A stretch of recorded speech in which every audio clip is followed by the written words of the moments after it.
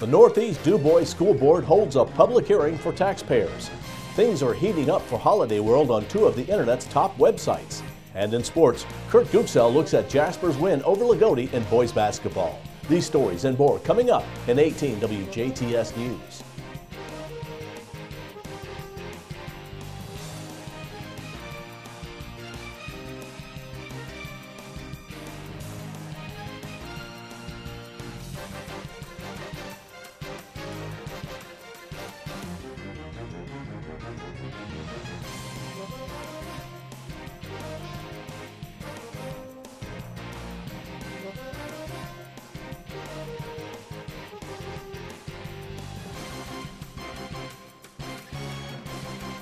This is the 18 WJTS News. I'm Bill Potter. Thanks for tuning in. No foul play is suspected after a 9-year-old boy was found unresponsive in a barn in Daviess County early Monday evening before being pronounced dead at a local hospital. Just after 5 p.m., the Daviess County Sheriff's Office received a call about a young boy found unresponsive in a barn.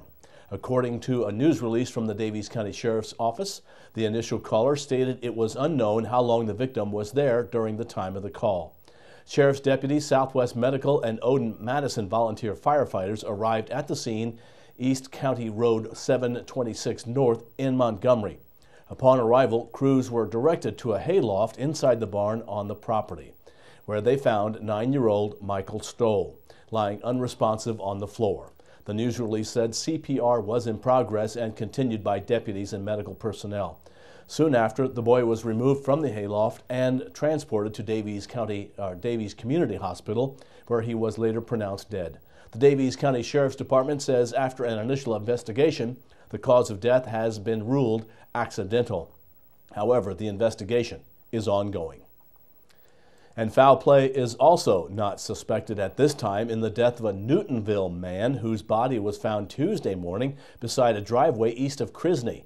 The Spencer County Coroner's Office says the preliminary cause of death of 30-year-old Joshua Peters was environmental hypothermia, which is commonly referred to as exposure. A farmer living in the 4000 block of East Spencer County Road 900 North discovered Peter's partially disrobed body near his driveway just after 6:30 a.m. Central Time. The farmer had returned home at 8 p.m. Central Time the evening before, which was Monday, and the body was not there at that time. Officials believe Peters died around 2 a.m. Tuesday. The Spencer County Sheriff's Department is investigating the death, but say Peters' pickup truck was found hung up in a ditch at 4:30 p.m. Monday, about a quarter mile from where his body was found later. The truck's owner was nowhere to be seen when the truck was towed. After Peter's body was found, authorities were able to trace a line of clothes extending from the body to the area where the truck had been in a ditch. An autopsy is scheduled for today. A final ruling on Peter's death will await the autopsy's findings and the result from toxicology testing. Last night, the Northeast DuBois School Board conducted a public hearing for taxpayers within the corporation in regards to the school corporation's plans to refinance pension bonds. Superintendent Bill Hoaxang says the board approved refinancing bonds at last month's school board meeting due to recommended low interest rates. Tonight we basically just allowed a hearing in case anyone objected to that, but you know, when we're going to save the corporation money, that's usually a no-brainer. So the next step then is we let the bond council know that we've gone through that process, and now they will bid the bonds out and come back hopefully in a month and let us know what our interest rate will be and how, you know, what our savings will be on the refinancing. No taxpayers objected or commented during the hearing to refinance the bonds. An additional appropriation of approximately $3,750,000 will be refunded to the school corporation's taxable general obligation pension bonds of 2004. The board will allow Indianapolis-based consulting firm Ice Miller to counsel and authorize the issuance of bonds, and the secretary of the board will deliver bonds to the purchaser. Also at last night's meeting, the school board heard from Sister Barbara Schmitz of the Sisters of St. Benedict of Ferdinand. Sister Barbara is collaborating with the Family Scholar House of Louisville to bring a new service to DuBois County. Established in 1995, Family Scholar House combats the cycle of poverty by giving single-parent students support needed to earn a college degree and attain a viable independent lifestyle. Family Scholar House began operations in Du Bois County in October through an office in the Monastery Immaculate Conception in Ferdinand. Sister Barbara Catherine Schmitz implemented the program. Hoaxang says the school corporation supports the program and will make recommendations. If we know of some people who are in need of that service, we make recommendations, and all our buildings are on board, our counselors are on board, and have heard Sister Barbara talk and what the program's all about. So we've been trying to, if we see someone that fits the need, we send them her way.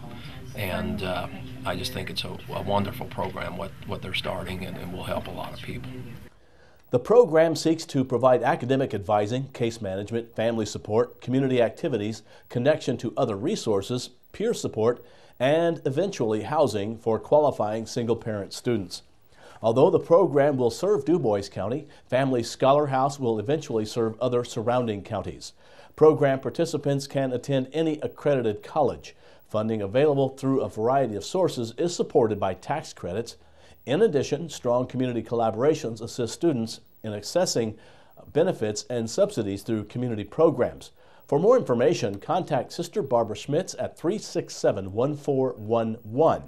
And finally, the Northeast Du Bois School Board approved the resignations of Northeast Du Bois assistant girls track coach Shanna Steckler and assistant golf coach Glenn Jones. Steckler's resignation comes as she takes on more duties during the school year or school day. In fact, the school board approved Steckler's new position as Technology Integration Specialist for all corporation schools. Also last night, the Northeast Du Bois School Board accepted the retirement of Kenneth Jacob from the school's maintenance staff. And the school board also approved Northeast Du Bois High School Athletic Director Terry Friedman's recommendation to hire Larry Modice as the school's new head golf coach. Earlier this week, the Jasper High School Marching Wildcats were honored at the Indiana State House in Indianapolis. State Representative Mark Messmer of Jasper, and who represents this area, presented a House resolution to congratulate the Marching Wildcats Monday for capturing the Indiana State School Music Association Class B State Marching Band Championship last November. Messmer says as a musician, he knows how hard these students have worked and how very close they have come to winning the title in the past. Messmer says this is certainly a great accomplishment for them, as well as the school and community. Last November, Marching Wildcats performed at Lucas Oil Stadium in front of thousands of fans and spectators. In the last 13 years, the Wildcats have finished as state runner-up 4 times and have finished in 3rd place 5 times, narrowly missing out on winning by tenths of a point. Their achievement is even more noteworthy given the high school is the smallest school in Class B. This is the first time Jasper High School has won the state championship since 1973, when the Marching Wildcats won the inaugural state marching contest. The band consists of 170 members under the direction of James Goodhue, Patrick Keeley, John Collar, and Phil Fleming. The Jasper High School Marching Band also took part in other notable events, including Grand Champions at the Kentucky Derby Pegasus Parade in Louisville and Reserve Grand Champion at the 51st Contest of Champions at Middle Tennessee State University in Murfreesboro, Tennessee, the longest such running contest in the country. Well, here in the middle of winter, things at Holiday World and Splash and Safari are heating up on 2 of the Internet's top travel websites. CBS News travel editor Peter Greenberg recently named Holiday World and the town of Santa Claus as a top pick for a wacky, family-friendly road trip destination. Wackiness aside, Greenberg's The Travel Detective website calls the town one of the friendliest places to visit in the entire country, citing Holiday World's free soft drinks, parking, and sunscreen. Meanwhile, the park's newest water coaster, Mammoth, is in the running to be named Best New Water Park Ride on About.com, one of the nation's top 35 most visited websites. The world's longest water coaster, Mammoth received a number of industry awards last fall. This is Mammoth's first nomination for a national awards program open to public voting. About.com's Reader's Choice Awards, which cover numerous categories, are open for daily voting through March 19th. Of course, Holiday World's 67th season begins May 4th. Splash and Safari opens May 10th.